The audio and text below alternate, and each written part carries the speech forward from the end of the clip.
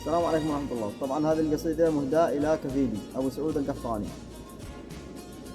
والله ما نعرف نوصفه لا في الكلام ولا في الأبيات، يعني اللسان تعجز عن وصفه.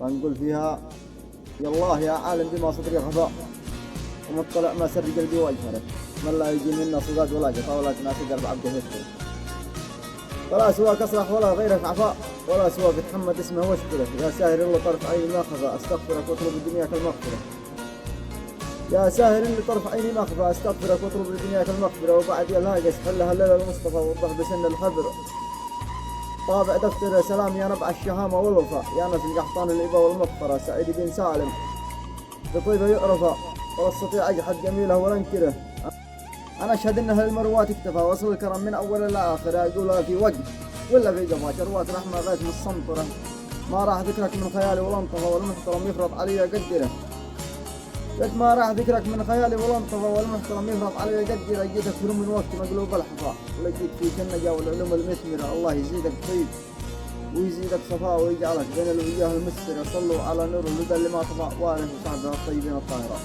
سلامتكم. صاحب لسان.